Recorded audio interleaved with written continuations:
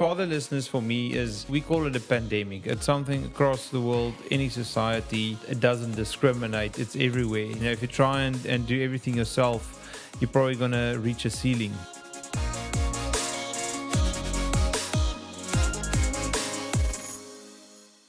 Hi guys, welcome back to another episode of the Bizzin Podcast. With me I have Christiaan Blignaut. Christiaan, and speaking about business, I think such an important factor of businesses is to sow into the community as well. So let's maybe touch on Zeal's men's ministry. Just give us a little bit.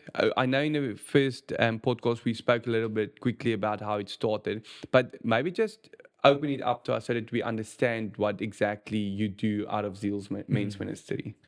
Yeah, I think it's sometimes hard to explain myself because the way it grew, it kind of started as something, and now it's gone beyond that. So it started off as a men's group.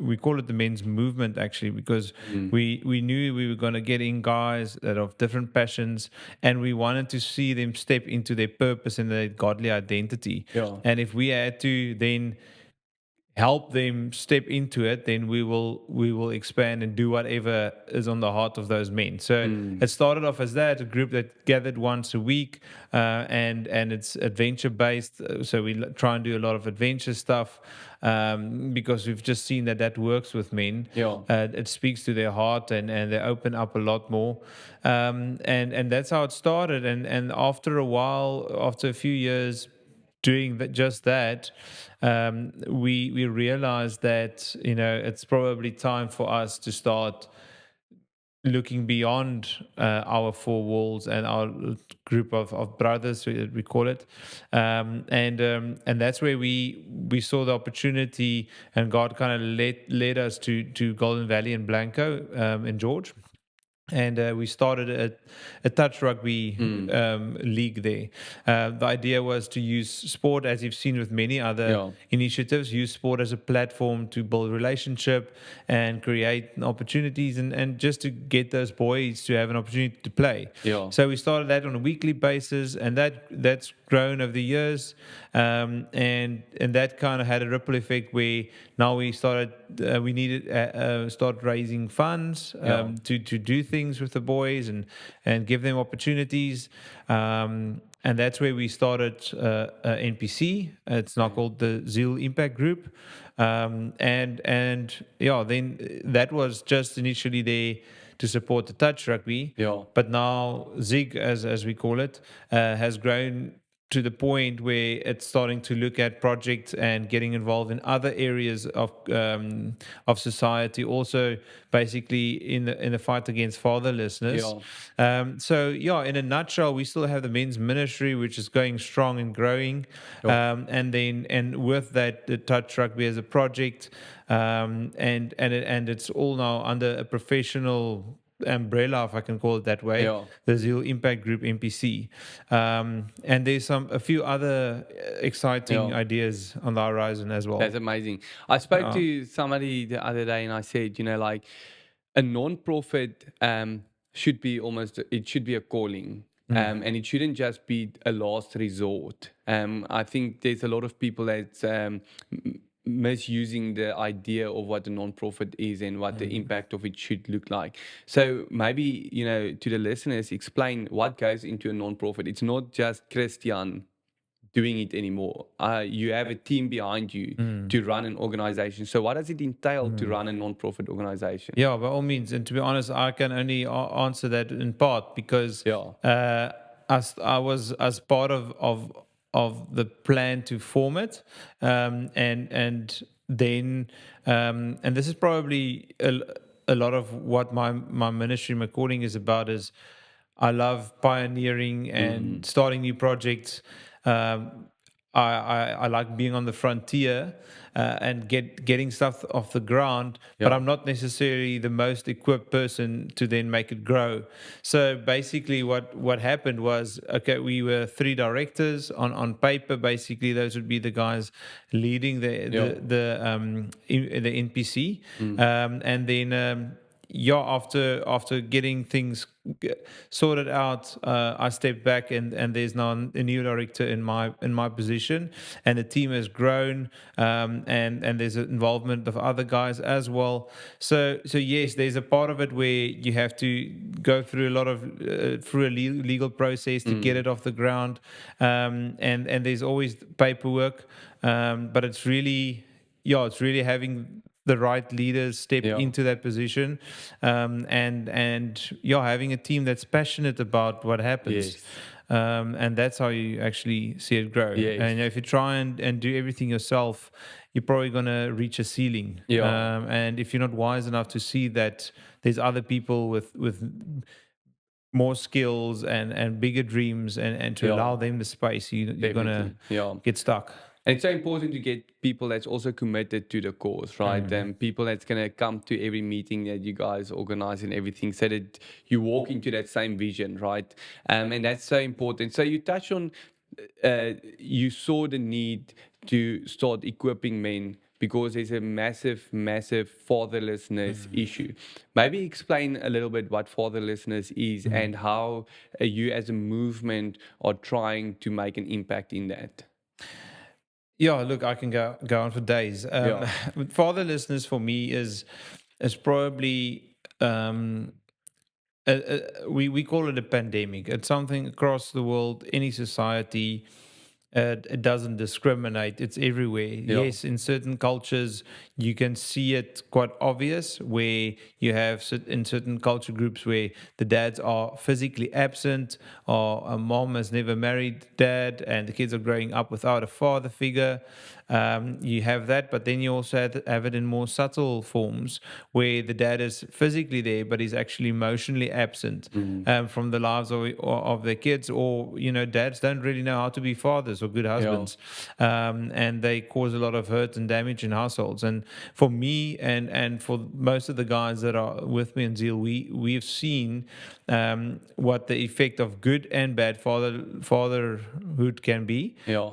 And Yeah, I'm convinced that if you go and look at stats, even fatherlessness is a factor in all of your major crimes, in all of your major mental health issues, kids failing at school, kids dropping out of school, drug abuse, rape, and suicides, Yeah. everything. There's a link to fatherlessness in Mm. that, Yeah. or the absence of a proper father figure. Yeah. And unfortunately, I don't have the stats with me, but more than half of kids these days grow up without their father in the Yeah. house, or without a present father. Yeah. And Yeah, we're not the only ones involved in this, but we decided this is an area where we need to join the fight. Like I said, Yeah. initially starting off as a men's ministry, that wasn't necessarily the main focus or the key word. We just realized, being men that Mm. are standing for the right things, that believe we are godly men, Yeah. we can't ignore this, Yeah. because we need to not just be good fathers for our own kids, we need to father a nation. Yeah. Sure. And that's kind of Yeah. it. That's amazing. We were at a men's event the other night, and the pastor preached there, and he said when David was basically on his deathbed, and it's part in the Bible that says, and he told Solomon, he said, "Be strong and act like a man." Yeah. And I think there's such a massive responsibility on us as men to lead our households, to lead our children and everything, and we should take up that responsibility. So whatever movement there is that can help people understand that, because an example needs to be set. And so people don't necessarily understand how to act and how to operate if they don't see an example of that. So if you tell your children to healthy marriage is important, that is the example that they are going to see. But you can't just tell them, you need to act. Show You them. need to show them what a healthy marriage look like, and that's what I love about you guys also doing the activities and really creating that environment where they can learn a skill. Like for instance, the touch rugby. How important it is to see that whether you are losing, that it's fine. and Mm. that you can glorify God in that, then it's important for us to always behave in a way that people can see what does it mean to act like a man in Mm. terms of that. Mm. So, I mean, speaking about businesses, and I mean, if we can specifically touch on small businesses, how important have you seen small businesses being an impact in non-profit organization, and especially for you guys, what's the importance of businesses being involved in a movement like that? Yeah, well, look, and personally, at this stage, I still try and run my business separate from my ministry, and just because it's so vastly different. Yeah. But for sure, you need the backing of small businesses in a Yes. nonprofit. I think the key is that if you involved locally with a nonprofit organization, like take for instance the touch rugby, Yeah. there's a big opportunity there for small businesses to get Mm. involved and not only support the kids from their own community, but also just to get awareness around your business. There's an opportunity for marketing and publicity, obviously, as well. But just to if you care about your community as a small business, you probably in the best position to get involved with these Yeah. type of projects. Yes, it's good to have big sponsors and big companies backing your initiatives, but to have those local people involved on a different level just makes you so much stronger. Yeah. And I think Definitely. there is something that, even if it's small, Mm. helping developing skills, providing part-time jobs, Yeah. handing out food parcels for a touch rugby match, and Yeah. simple examples. But those type of things, we need local people to get involved. Exactly. And in the end of the day, it's not only their kids that are involved, but it's also the kid that's gonna maybe one day be your employee, Yes. or it Mm. might be the person that lives in your neighborhood. Yeah. And if you care about the safety and the development of your town, your neighborhood, Yeah. it's good. It's a good place to get Yeah, involved. 100%. And I mean, maybe just before we end off, is there maybe a testimony that you can share with us? I mean, you don't have to mention any names of just like maybe one or two children, how Zeal impacted them. Yeah.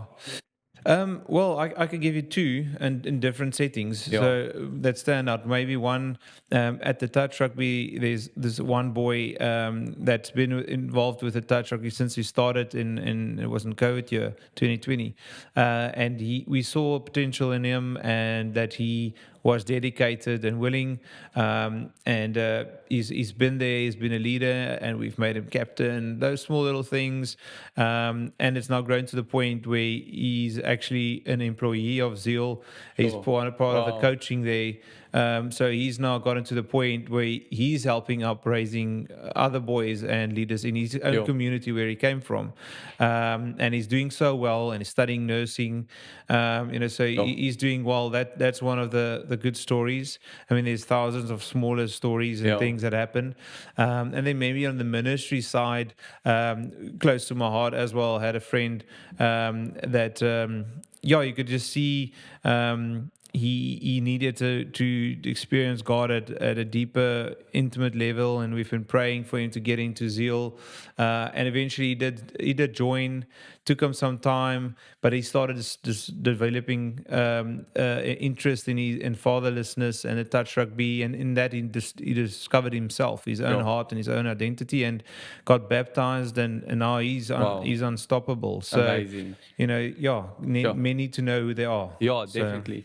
So do you maybe have like one or two practical steps for us, like, or for people, like, where do we start making a difference in fatherlessness? How can fathers start restoring those relationships with their children? Well, yeah, I was going to say you start at home. I think you start with yourself first. Mm. You have to have a Sure. good, honest, So important. approach.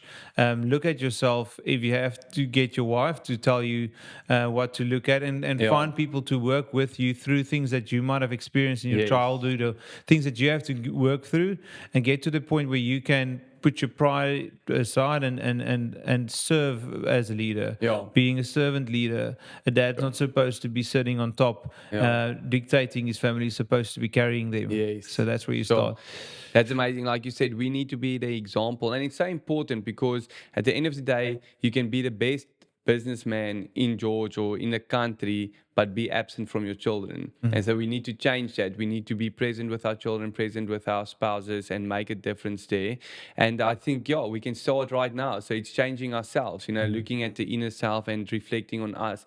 And I think a lot of that also comes from our own hurt. I think a lot of people and a lot of fathers that's not actually as present as they should be has hurt in their own lives that they need to deal with Exactly. and Yeah. things that they need to deal with. And I think today, if they can take that step, they can make a difference where they are. And so we as small business owners can also make that difference when we start, committing to organizations like that, and also reaching out, and make a difference where we are in our business as well. So yeah, Christiaan, thank you so much for being here. Thank you for sharing with Zeal No, it's a pleasure. about Zeal as well. It was so great speaking about that. Guys, thank you for joining another episode of the Bizzin Podcast, and looking forward to our last one with Christiaan next.